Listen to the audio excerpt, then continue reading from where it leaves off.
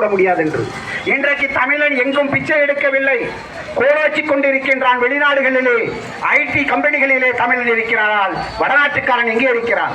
வடநாட்டிலிருந்து வரக்கூடிய அதிகாரிகளை எல்லாம் நீங்கள் பார்த்தீர்கள், பார்ப்பனர்கள் தான் இருப்பார்கள், உயர் ஜாதியினர் தான் இருப்பார்கள். ஆனால் தமிழகத்திலே இருக்கக்கூடிய அதிகாரிகள் சாதாரண குடிசையிலே பிறந்தவருடைய பிள்ளை இன்னைக்கு IAS கலெக்டராக இருக்கிறது. ஒரு சாதாரண குடும்பத்திலே பிறந்த ஒரு பெண் பிள்ளை IPS அலுவலக அதிகாரியாக இருக்கிறது. எத்தனையோ அதிகாரிகளை தொட்டுவிட்டோம். ஆனால் இந்தியை படித்தால்தான், இந்தியை படிக்க வேண்டும் என்று தமிழகத்திலே வந்து அமித்ஷா அவர்கள் சொல்கிறாரே, எந்த மாநிலத்திலே இந்தி மொழியாக இருக்கிறது, தாய்மொழியாக இருக்கிறது என்பதை இங்கே இருக்கக்கூடிய யாராவது ஒருவர் வந்து எங்க மேடையிலே சொல்லுங்கள். இந்தியாவில் இருக்கக்கூடிய மாநிலங்களிலே இந்தி மொழி எந்த நாட்டினுடைய எந்த மாநிலத்தினுடைய தாய்மொழியாக இருக்கிறது? 141 மொழிகளை அழித்து அந்த மொழிகளை காலிலே போட்டு மிதித்து உருவாகிய மொழிதான் இந்தி மொழி. இதோ நான் கூட மும்பையிலே 30 ஆண்டு காலம் இருந்தேன். எனக்கு தேவை நான் இந்தியை கற்றுக்கொண்டேன், எனக்கு தேவை நான் மராட்டியை கற்றுக்கொண்டேன். யாரும் கற்றுக்கொள்வதே எங்களுக்கு ஆட்சேபனை இல்லை. இந்தியை படித்துக் கொள்ளுங்கள், அதற்கு எங்கள் ஆட்சேபனை இல்லை. ஆனால் நீ இந்தியை படித்தால்தான் நிதி தருவேன், இந்தியை படித்தால்தான் நான் உனக்கு உதவி செய்வேன் என்றால் எப்படிப்பட்ட சர்வாதிகாரம்? ஒன்றை மட்டும் ஒன்றிய அரசை சேர்ந்தவர்கள் சொல்லுகிறோம், பாஜகவை சேர்ந்த அன்பு தோழர்களும் சொல்லுகிறோம், இது தமிழ் மண், பெரியார் மண். இது என்றென்றுக்கும் பெரியார் மண் தான். அதை உங்களுக்கு நிரூபித்து காட்டுவோம். ஏனென்றால் இது தனது தாய்மொழிக்காக தன்னுயிர் வந்த தியாகிகள் வீழ்ந்த பூமி தமிழ்நாடு. இங்கே உனது வாலாட்டத்தை நிறுத்திக்கொள்.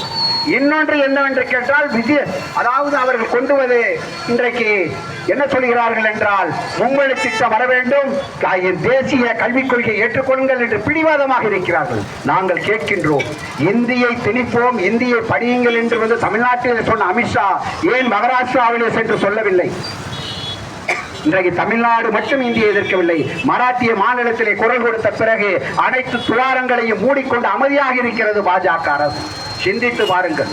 தமிழ்நாடு ஒரு முறை குரல் கொடுத்த பிறகு இந்தியாவே அதன் பின்னால் அணிவகுத்து நிற்கக்கூடிய சூழல் ஏற்படும். மோடி அவர்களே, உங்கள் கனவு தமிழ்நாட்டில் பலிக்காது.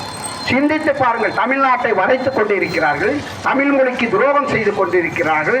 அறிஞர் அண்ணா அவர்களுடைய இருமொழி கொள்கைக்கு சவக்குழி வெட்டி கொண்டிருக்கிற அந்த கொடுங்கோளர்களோடு இன்றைக்கு ஒருவர் கூட்டணி சேர்ந்து கொண்டு இது கொள்கை கூட்டணி அல்ல, தேர்தல் கூட்டணி என்கின்றார். அதாவது நம்ம ஊர்ல ஒரு பழமொழி சொல்லுவாங்க, மாமியா செத்தாலும் பரவாயில்ல, மருமவா கொட்டாடங்கன்னு. அந்த வகையில திமுகவை தோற்கெடுப்பதற்கு தமிழினத்தினுடைய விரோதியாக இருக்கின்ற, தமிழினத்துடைய துரோகியாக இருக்கின்ற பாஜகவுடன் கூட்டி சேர்ந்து கொண்டு இன்றைக்கு ஒருவர் நடைபோடுகிறார் வெற்றி என்று, நாளைய முதல்வர் என்று. அருமை பெரியோர்களே, தாய்மார்களே, நண்பர்களே, எங்களுடைய குரல் ஒவ்வொன்றும், எங்கள் ஆசிரியர்களுடைய எழுத்துக்கள் ஒவ்வொன்றும் உங்களுடைய பிள்ளைகள் எதிர்காலம், ஏழை பிள்ளைகளுடைய எதிர்காலம், வசதி இல்லாதவருடைய பிற்படுத்தப்பட்ட மக்களுடைய பிள்ளைகளுடைய எதிர்காலத்தை நினைத்துதான் நாங்கள் இந்த ஆர்ப்பாட்டத்தை நடத்தி கொண்டிருக்கிறோம். ஏதோ ஆசாபாச வார்த்தைகளை சொல்லி, ஏன் தனியார் பள்ளியிலே இந்தி இருக்கிறது, ஏன் அரசு பள்ளியிலே இல்லை என்று கேட்கிறார்களே. நாங்கள் கேட்கிறோம், இந்தி படித்து எண்ணத்தை சாதித்து விட்டீர்கள். ஏன் அண்ணாமலையாகட்டும், ஏன் வானதி சீனிவாசன் ஆகட்டும், எந்த இந்தி கல்லூரியிலே படித்து இந்தி பாஸ் செய்தார்கள்? ஒருவர் தமிழிசை சவுந்தரன் ஏதோ அபசகனம் குமரியனந்தன் பிள்ளையாக பிறந்து விட்ட காரணத்தால் கேட்கின்றோம். இந்தி படித்தால் என்ன? நீ இந்தி படித்து மருத்துவரானாயா? கலைஞர் அவர்கள் உனக்கு போட்ட பிச்சை. சிந்தித்து பாருங்கள். பாரதிய ஜனதாவில் இருக்கக்கூடிய தோழர்கள் சிந்திக்க வேண்டும். தமிழகத்துக்கு நிதி கொடுக்க மறுக்கிறார்கள். ஏனென்றால் நாங்கள் சொல்வதை நீங்கள் கேளுங்கள். தமிழகருக்கு கல்வி நிதி தொகையை பிடித்து வைத்துக் கொள்கிறார்கள். ஏனென்றால் உங்களுக்கு தரமாட்டோம். ஒவ்வொரு வகையிலும் எந்தெந்த வழியிலே தமிழகத்தை சிதைக்க வேண்டுமோ, எந்தெந்த வழியிலே தமிழகத்திலே நடக்கக்கூடிய திராவிட அரசை நடக்க விடாமல், நடைமுறை எந்தவித சட்டங்களையும் நடத்த முடியாமல் அவர்களை திண்டாட வைத்துக் கொண்டிருக்கிறார்கள். இதை நினைவிலே வைத்துக் கொள்ளுங்கள். வருங்காலம், எதிர்காலம் நம்ம பிள்ளைகளுடைய வாழ்விற்கு துரோகம் செய்கின்ற காலமாக வருகிறது. நாளை நமது பிள்ளைகள் மருத்துவர் ஆக முடியாத நிலைமை, நமது பிள்ளைகள் எதிர்காலம் கேள்விக்குறியாக இருக்கிறது. பயங்கரமான ஒரு சூழ்ச்சி நடந்து கொண்டிருக்கிறது ஒன்றியத்திலே. தமிழகம் தான் நமக்கு பெரிய சிம்ம சொப்பனமாக இருக்கிறது. எப்படாவது தமிழகத்திலே காலை வைத்து விட்டால் போதும். இன்றைக்கு கடைசியாக ஒன்றை சொல்லிக் கொள்கின்றேன். கூட்டணி பெருமை பேசுகின்ற அனைத்து இந்திய அண்ணா திராவிட முன்னேற்ற கழகத்து தோழர்களே, சற்று கவனம் செலுத்துங்கள். மராட்டிய மாநிலத்திலே சிவசேனா என்ற ஒரு கட்சியை பிரித்து ஏக்நாத் சிந்தே என்ற ஒருவரை 5 ஆண்டு கால முதல்வராக வைத்து அழகு பார்த்தார்கள். ஆனால் திரும்பவும் ஆட்சி வந்த பிறகு அவரை ஓரத்திலே அமர வைத்து விட்டார்கள்.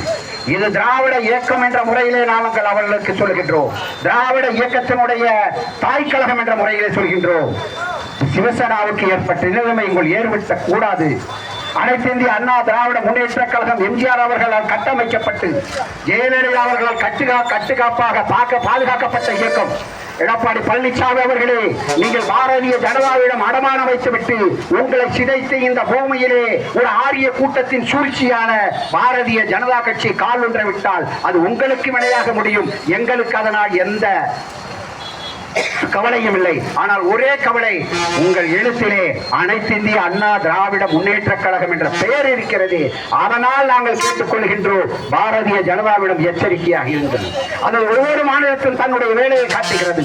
ஏதோ உத்தமரை போல், ஏதோ உத்தம புத்திரரை போல் லஞ்ச லாவணங்களுக்கு அப்பாற்பட்டவர் என்பதை போல இன்றைக்கு தமிழகத்திலே பல கருத்துக்களை திரித்து எப்படியாவது திராவிட மாடல் அரசை ஒழிக்க வேண்டும் என்ற எண்ணத்தோடு செயல்பட்டுக் கொண்டிருக்கிறார்கள். அதற்கு பிற பணத்துக்கு ஆசைப்பட்ட அரசியல் விபச்சாரிகள் துணைபோக்கு கொண்டிருக்கிறார்கள். இதையெல்லாம் ஏன் சொல்ல வேண்டும் என்றால், நமது பிள்ளைகளுடைய எதிர்காலம் செல்வாக்காக இருக்க வேண்டும். எத்தனையோ கல்வியிலே இன்றைக்கு ஒன்றிய அரசால் அறிவிக்கப்பட்டு முதன்மையிலே உயர்கல்வியிலே முதன்மையிலே இருப்பது தமிழ்நாடு. ஆனால் இந்தி இல்லை. தொழில்துறையிலே முதன்மையிலே தமிழ்நாடு, இந்தி இல்லாத மாநிலம். இன்றைக்கு இந்தியிலே இருக்கிற இந்தி படிக்கக்கூடிய உத்தரப்பிரதேசத்திலே கல்வியிலே என்ன நிலைமை, பீகாரிலே கல்வியிலே என்ன நிலைமை? அங்கே இந்தி தானே படிக்கிறார்கள். வடமாநில மத்திய பிரதேசத்திலே என்ன பேசிக் கொண்டே இருக்கிறான்? ஒரு மத்திய அமைச்சர் சொல்லுகின்றான், மோடியினுடைய காலடியிலே ராணுவம் கிடைக்கிறது என்கிறான். சிந்தித்து பாருங்கள். இதே வார்த்தையை தமிழகத்தில் ஒரு அரசியல் கட்சி ஒரு அமைச்சர் சொல்லி இருந்தால் என்ன நடவடிக்கை எடுப்பார்? இந்திய ராணுவத்தை கொச்சைப்படுத்துகின்ற செயலை பாரதிய ஜனதா கட்சி செய்து கொண்டிருக்கிறது. இதையெல்லாம் உங்களுக்கு எடுத்துச் சொல்லி நம்முடைய பிள்ளைகளுடைய எதிர்காலம் சிறக்க வேண்டும்.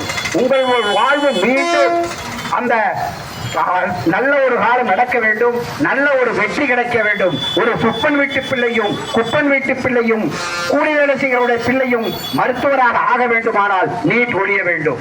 அதே போல நம்ம பிள்ளைகளுடைய எதிர்காலம் சிறக்க வேண்டுமானால் தேசிய கல்விக் கொள்கையை அணுகவிடக் கூடாது. அதே போல பிள்ளைகளுடைய எதிர்காலம் சிறக்க வேண்டுமானால் மும்மொழி திட்டம் என்ற ஒரு விஷமத்தனமான சூழ்ச்சியை நாம் முறியடிக்க வேண்டும். ஒன்றுபடுவோம், ஓரணியில் திறவோம், தாய்மொழி காப்போம், அந்த வடக்கர்களை அடித்து விரட்டுவோம் என்று கூறி எதிர்ப்போம், என்றும் எதிர்ப்போம், என்றென்றும் எதிர்ப்போம். உயிருள்ளவரை என் தாய்மொழிக்கு தீங்கு என்றால் எதற்கும் அஞ்ச மாட்டோம். ஒன்றை மட்டும் சொல்லுகிறேன், இந்திய வரைபடத்திலே தமிழ்நாடு என்ற ஒரு பகுதி இருக்க வேண்டுமா வேண்டாமா என்பதை ஒன்றிய அரசு சிந்திக்க வேண்டும். எதற்கும் தயார். தமிழ்நாடு தனியாக தமிழ்நாடு தனித்தமிழ்நாடு கேட்கின்ற நிலைமைக்கு எங்களை தள்ளிவிடாது என்று எச்சரித்து நன்றி கூறி விடைபெறுகிறேன். வாழ்க பெரியார், வளர்க பகுத்தறிவு, என்றும் வெல்லும் திராவிடம், வெற்றி பெறுவோம், போராடுவோம், ஓரணியில் இன்று ஒன்றுபட்டு குரல் கொடுப்போம் என்று கூறி விடைபெறுகிறேன். நன்றி, வணக்கம்.